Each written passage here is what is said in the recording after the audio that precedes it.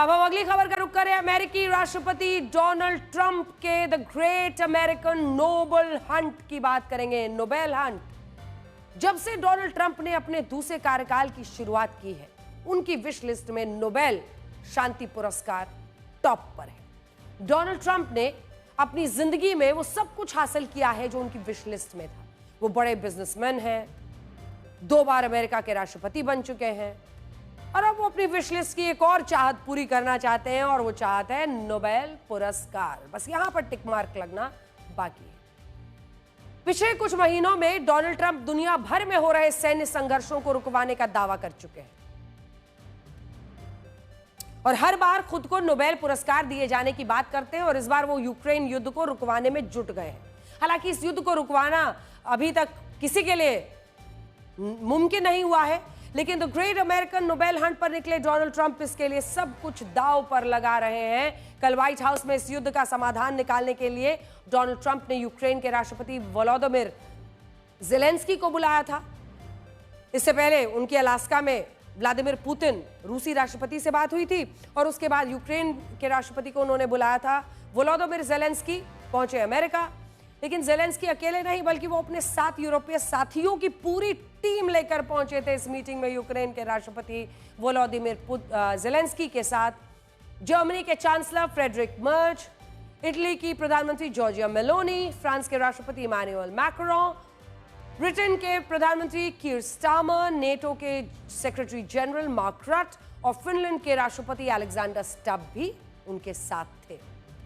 कई लोग मान रहे हैं कि पिछली बार व्हाइट हाउस में बिठाकर इतनी बेइज्जती की थी डोनाल्ड ट्रंप ने कि इस बार पूरी ताकत यूरोप की उनके साथ आई थी ताकि वो ऐसा ना कर पाए। ये सभी लोग इसीलिए आए थे ताकि यूक्रेन रशिया के बीच शांतिपूर्ण समाधान निकल सके, लेकिन इस मीटिंग के बाद भी युद्ध विराम पर सहमति नहीं बन पाई। हालांकि डोनाल्ड ट्रंप ने इस मीटिंग को सफल बताया। उनका कहना है कि रशिया और यूक्रेन दोनों ही देश शांति चाहते हैं और अब उनकी पहल पर दोनों देश युद्ध रोकने के लिए बातचीत की टेबल पर आने के लिए तैयार है, लेकिन यह बातचीत कब होगी, कहां होगी, इसको लेकर अभी कोई दावा नहीं। आपको याद होगा कि इसी साल 28 फरवरी को इसी मुद्दे पर डोनाल्ड ट्रंप और वोलोदिमिर ज़ेलेंस्की की मुलाकात हुई थी। पूरी दुनिया ने तब देखा था कि कैसे डोनाल्ड ट्रंप और ज़ेलेंस्की लड़ रहे थे, दोनों एक दूसरे से बहस कर रहे थे। इस मुलाकात में ज़ेलेंस्की के पहनावे पर भी सवाल उठे थे। ज़ेलेंस्की के लड़ाकू तेवर देखकर अमेरिकी राष्ट्रपति ट्रंप भी काफी नाराज हो गए थे। ऐसा लग रहा था कि जैसे अमेरिका युद्ध में अब यूक्रेन की मदद नहीं करेगा, लेकिन यूरोपीय देशों के दबाव में अमेरिका ने यूक्रेन की मदद जारी रखी। लेकिन उस दिन की मुलाकात और कल हुई मुलाकात में जमीन आसमान का अंतर दिखा। ज़ेलेंस्की के पहनावे और उनके तेवरों में भी बड़ा अंतर दिखाई दिया। पिछली बार डोनाल्ड ट्रंप ज़ेलेंस्की को डरा धमकाकर युद्ध रुकवाने पर अड़े हुए थे, लेकिन इस बार ऐसा नहीं हुआ। बदले बदले से हैं हुजूर अंदाज आपके। नोबेल पुरस्कार की चाहत ने डोनाल्ड ट्रंप के तेवर शांत कर दिए हैं। अब उन्हें समझ में आ गया है कि मामला धमकाने और डराने से नहीं बदलने वाला है। दोनों अड़े हुए हैं, वापस देश जाएंगे फिर वही करेंगे, इसलिए मिठास घोलो, मिठास के साथ बात करो। और इस नोबेल की चाहत ने डोनाल्ड ट्रंप के तेवर शांत कर दिए। पिछली बार की तरह इस बार उन्होंने ज़ेलेंस्की को धमकाने की कोशिश नहीं की, बल्कि ट्रंप ने शांत तरीके से ज़ेलेंस्की को कई तरह के आश्वासन देकर युद्ध रोकने के लिए कहा है, जिसे कैरेट एंड स्टिक कहते हैं। तो इस बार कैरेट के साथ वो आगे बढ़ रहे हैं, यानी हिंदी में अगर इसका रूपांतर कीजिए तो किसी को अच्छी बात कहना और किसी को डांट फटकार के वही काम कराना। इस बार ट्रंप को लग रहा है कि शायद पुचकार कर ही बात बन जाए। ट्रंप ने यूक्रेन को मजबूत सुरक्षा देने का वादा कर दिया। ट्रंप ने कहा कि अगर ज़ेलेंस्की युद्ध विराम करते हैं तो उन्हें अमेरिका का समर्थन मिलता रहेगा।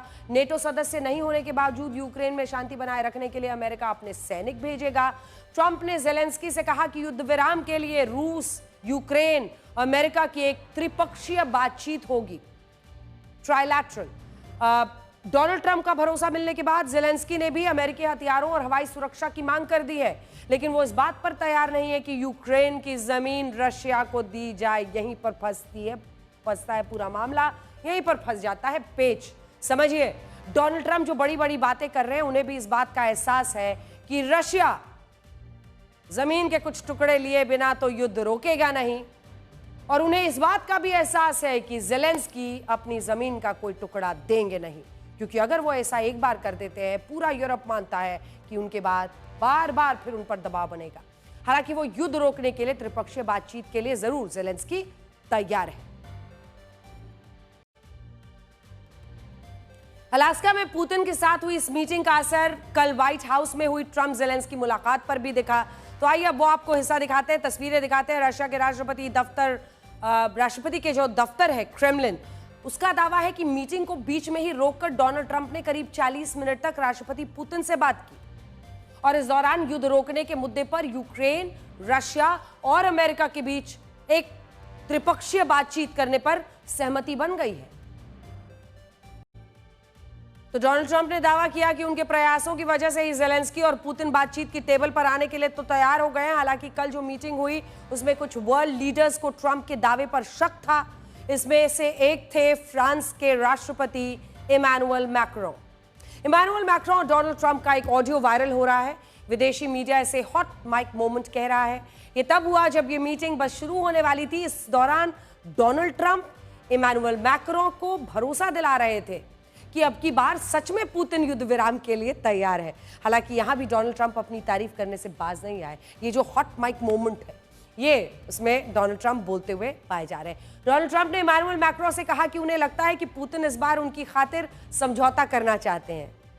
ट्रंप ने इमैनुअल मैक्रों को भरोसा दिलाते हुए कहा कि यह थोड़ा अजीब है लेकिन सच है। ये सोचने वाली बात है कि अभी तक युद्ध विराम को लेकर पुतिन और ज़ेलेंस्की की ओर से कुछ भी आधिकारिक तौर पर नहीं कहा गया है। बावजूद इसके mister Nobel Hunter Donald Trump पूरी दुनिया में युद्ध विराम करने वाले के तौर पर ढिंढोरा पीट रहे हैं।